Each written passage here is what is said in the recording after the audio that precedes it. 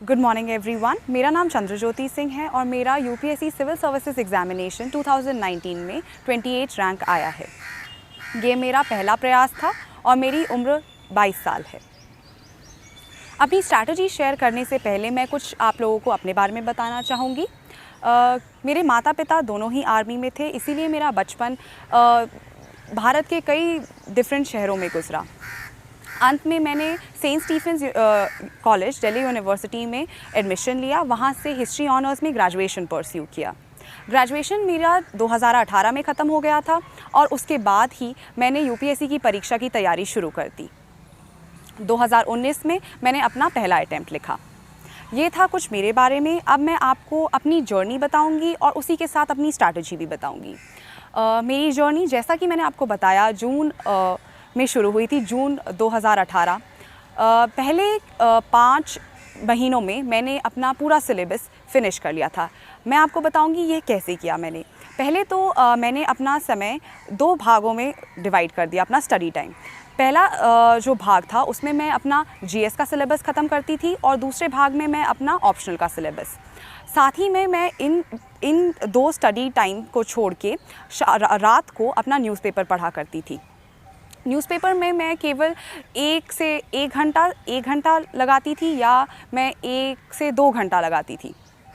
पहले शुरुआत में न्यूज़पेपर में तो 3 घंटे तक लग जाते थे, लेकिन अंत में मैंने न्यूज़पेपर में केवल 1.5 आवर्स लगाना शुरू कर दिया।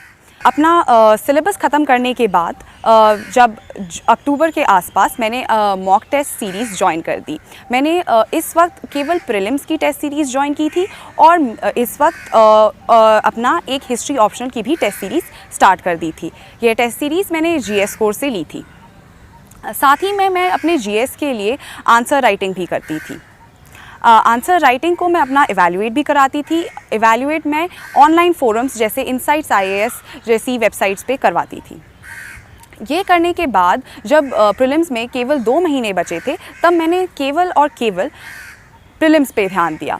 उसके अलावा मैंने मेंस की पढ़ाई अभी कुछ देर के लिए छोड़ दी और प्रीलिम्स के लिए मैंने रिवीजन, अब बेसिक सोर्सेज का रिवीजन और अपने करंट अफेयर्स का रिवीजन अच्छी तरह करना शुरू कर दिया। मैंने मॉक टेस्ट भी ज़्यादा लेने शुरू कर दिए, जैसे मैं एक हफ़्ते में 3 से 4 मॉक टेस्ट लेने लग गई। प्रीलिम्स ख़त्म होने के बाद ही मैं 1 हफ़्ते का ब्रेक लिया और 1 हफ़्ते के ब्रेक के बाद मैंने अपनी मेंस की तैयारी शुरू कर दी। मेंस की तैयारी के लिए सबसे पहले तो मैंने अब टेस्ट सीरीज़ ज्वाइन की। पहले 2018 में मैंने सिर्फ इनसाइट्स से ऐसे टेस्ट सीरीज़ ली थी और जीएस कोर्स से हिस्ट्री ऑप्शनल की टेस्ट सीरीज़ ली थी।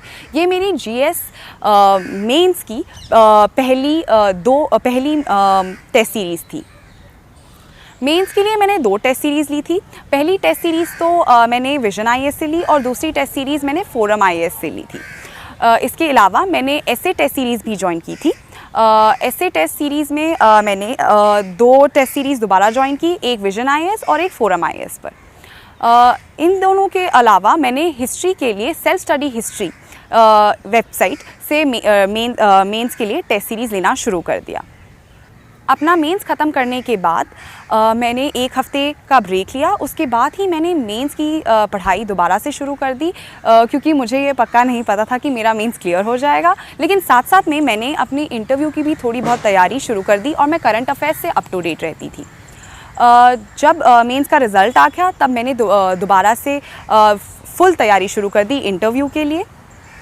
और इंटरव्यू के लिए मैंने 4 या 5 मॉक्स लिए होंगे। ये मॉक्स मैंने डिफरेंट इंस्टीट्यूशन से लिए, जैसे समझ लीजिए आप दृष्टि से लिया था, विजन से लिया, चाणक्य से लिया, राव से लिया।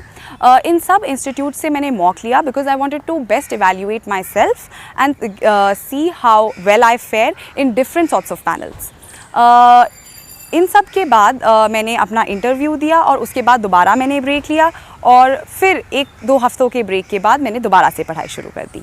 अब मेरा रिज़ल्ट आ गया और मेरी 28वीं रैंक आई है और यहाँ तक ही मेरी यूपीएससी की जर्नी रही है। मैं आपको अब अपनी स्ट्रैटेजी के बारे में बताऊँगी। मेरी स्ट्रैटेजी बहुत ही सिंपल थी। अपने सोर्सेज लिमिटेड रखिए पहले तो, और जितने सोर्सेज आप लिमिटेड रख रहे हैं उससे आप अपने हैंड रिटन नोट्स बनाइए, या फिर अगर आप डिजिटल मीडियम में ज़्यादा कंफर्टेबल हैं जैसे एवरनोट, तो वहाँ पे अपने नोट्स बनाइए। मैंने अपने लिए न्यूज़पेपर रीडिंग और करंट अफेयर्स के लिए ऑनलाइन नोट्स बनाए और बाकी सब चीज़ों के लिए अपने हैंड रिटन नोट्स बनाए दूसरे सब्जेक्ट्स के लिए। न्यूज़पेपर और करंट अफेयर्स का मेरा एक सिंपल तरीका था। मैं पहले न्यूज़पेपर पढ़ती थी, उसके बाद मैं इनसाइट्स आईएएस से डेली करंट अफेयर्स पढ़ा करती थी, साथ ही मैं वाजीराम स्टूडेंट पोर्टल से मैं करंट अफेयर्स पढ़ती थी। इन तीनों वेबसाइट्स और न्यूज़पेपर को पढ़ के मैं अपने सोर्सेस को एक साथ कलेक्ट करके एवरनोट पे अपने नोट्स बनाया करती थी। एक हफ्ते में जितने भी नोट्स बनते थे मैं हर संडे उन्हें रिवाइज़ करती थी, और उसके बाद मैं हर महीने विजन और वाजीराम की मंथली कंपाइलेशन के साथ भी अपना रिविज़न करती थी। अक्टूबर से मैंने दोबारा से अपना पूरा मंथली रिवीजन स्टार्ट कर दिया, जो कि जून से शुरू होता था, तो ताकि मैं जून का भी ना भूलूं।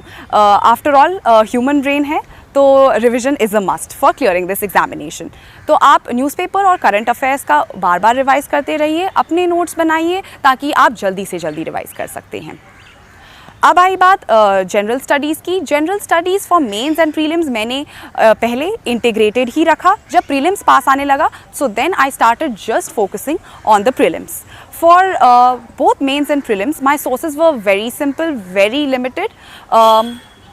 I stuck to NCERT books. For instance, in history, I stuck to old NCERTs. And if I had time, and if you guys have time, you can definitely go for your new NCERTs for history from 12th. Since I had time, I went for the 12th NCERTs, both old and new. सबसे पहले तो मैं आपको history के sources बताती हूँ जो मैंने अपने यूज़ किए थे। हिस्ट्री के लिए मैंने सबसे पहले तो ओल्ड एनसीईआरटीज़ फिनिश कर दी, जो कि आर.एस. शर्मा, सतीश चंद्रा और बिपिन चंद्रा द्वारा लिखी गई हैं। इंडियन हिस्ट्री ख़त्म करने के बाद अगर आप वर्ल्ड हिस्ट्री पे जाते हैं तो प्रीलिम्स में तो वर्ल्ड हिस्ट्री पे फोकस नहीं होता, तो मेंस के लिए मैंने नॉर्मन लॉ पढ़ा, और साथ ही में क्योंकि मेरा ऑप्शनल हिस्ट्री है तो फिर उससे भी मुझे काफ़ी ज़्यादा फ़ायदा हो गया। मुझे और ज़्यादा सोर्सेस सर्च नहीं करने पड़े। यदि आप बात करते हैं पॉलिटी की, तो पॉलिटी के लिए मैंने सिर्फ लक्ष्मीकांत पढ़ी, और that was my Bible for this examination. Geography के लिए मैंने एनसीईआरटीज़ पढ़ी, न्यू एनसीईआरटीज़ पढ़ी क्लास 11th एंड 12th की। साथ ही में मैंने जीसी लियोंग पढ़ी, और एक पीएमएफ आईएएस करके एक वेबसाइट है, उनकी एक ज्योग्राफी की किताब आती है, वो भी मैंने ख़रीदी और पढ़ी। ज्योग्राफी से बढ़ते हुए अगर आप साइंस की तरफ जाते हैं तो प्रीलिम्स के लिए केवल मैंने 6th to 10th एनसीईआरटीज़ पढ़ी, क्योंकि मेरा ह्यूमैनिटीज़ बैकग्राउंड है तो मैंने सोचा this is necessary for me as well, और मैंने साथ ही में बायो 12th क्लास की पढ़ी। इन्वायरमेंट को अगर आप देखें तो शंकर आईएएस की environment book is sufficient for this examination, for prelims as well as for mains. It works out beautifully. Economics के लिए मैंने क्लास 12th की एनसीईआरटी मैक्रो इकोनॉमिक्स के लिए पढ़ी, और साथ ही में मैंने श्रीराम आईएएस के भी नोट्स लिए थे। ये थे मेरे basic sources for both prelims and for mains. Building on these sources I decided to go for other books as well. तो मेंस के लिए मैंने दूसरी किताबें भी पढ़ी, प्रीलिम्स के लिए मैंने अपना फोकस इन किताबों के लिए ही रखा, और जब मेरे पास सिर्फ 2 महीने बचे हुए थे प्रीलिम्स के लिए तो मैं इन किताबों पे फोकस कर रही थी।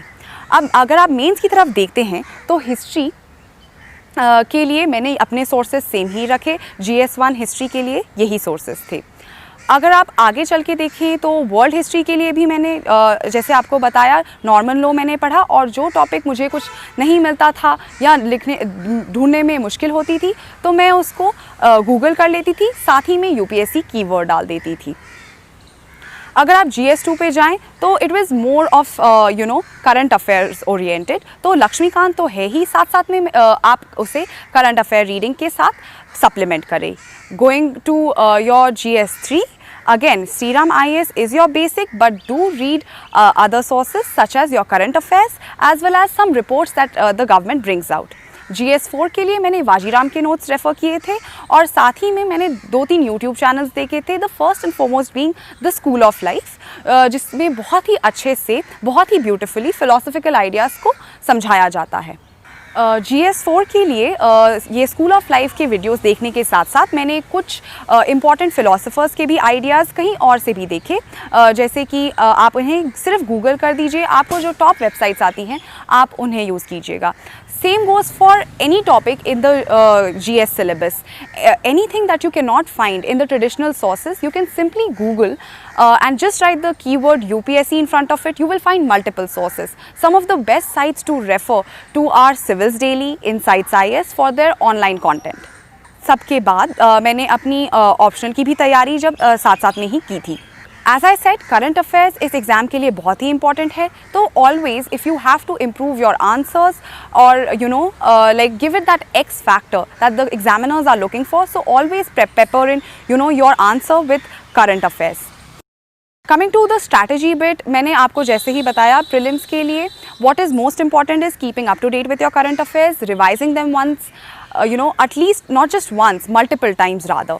And then if you look at the mock test कम से कम आप 2 जगह से लीजिएगा. मैंने खुद वाजीराम और विजन IAS से अपने mock test लिए थे और वो मेरे लिए काफ़ी ज़्यादा beneficial रहे because I got the feel of the examination and also like I improved on certain skills such as guesswork, right, such as how to eliminate guesses, because it is not possible to know each and every question or each and every answer in your prelims examination. So at the end of the day, for some questions you have to do guesswork, you have to eliminate the other options, right? So I would say go for educated guesswork, which is basically eliminating all the guesses जो आपको लग रहा हो बिल्कुल हो ही नहीं सकते, and that is how you will reach the right answer. That was basically my strategy for prelims, that is revising my current affairs over and over again, keeping my sources limited and revising them over and over again, and definitely taking mocks. Now if we move to mains, my basic strategy was to make notes from all the different sources that I have already mentioned before और उसे एक जगह अपनी handwriting में लिखना, और साथ में अगर मैं चाहूँ तो मैं कभी कभी फ्लो चार्ट या डायग्राम भी इनकॉर्पोरेट कर लेती थी.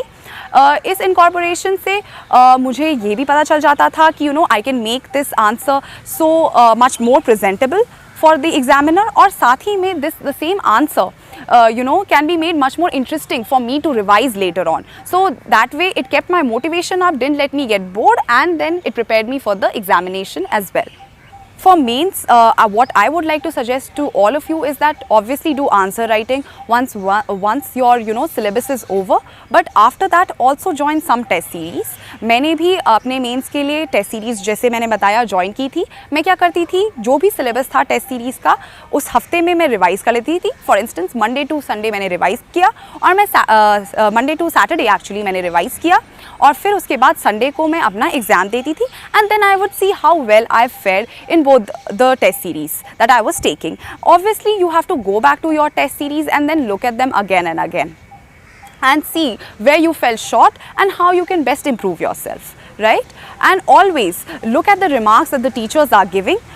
There can be like nuggets of wisdom right there which can actually help you improve your score. Answer writing के लिए मैं ये भी कहना चाहूँगी कि if you want to give that X factor, जैसे मैंने बताया करंट अफेयर्स तो करिए ही, और साथ ही में look out for data that you find in your Vision IAS compilation, or look out for some statistic that you find in the newspaper. इसके साथ साथ if you have some article in the sense like an article of the Constitution to quote, then you can quote it right there to make your answer slightly different, slightly better than the rest of the people.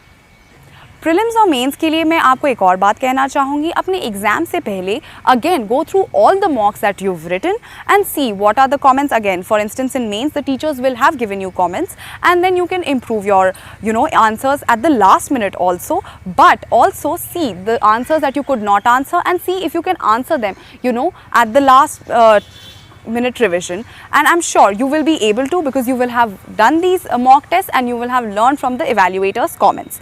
Same goes for prelims. जो आपसे उस time पे answer नहीं हो पाया, revise कीजिए अपने सारे मॉक्स, और एंड में एक और बार अपने मॉक टेस्ट को देख लीजिएगा so that you feel that you are prepared.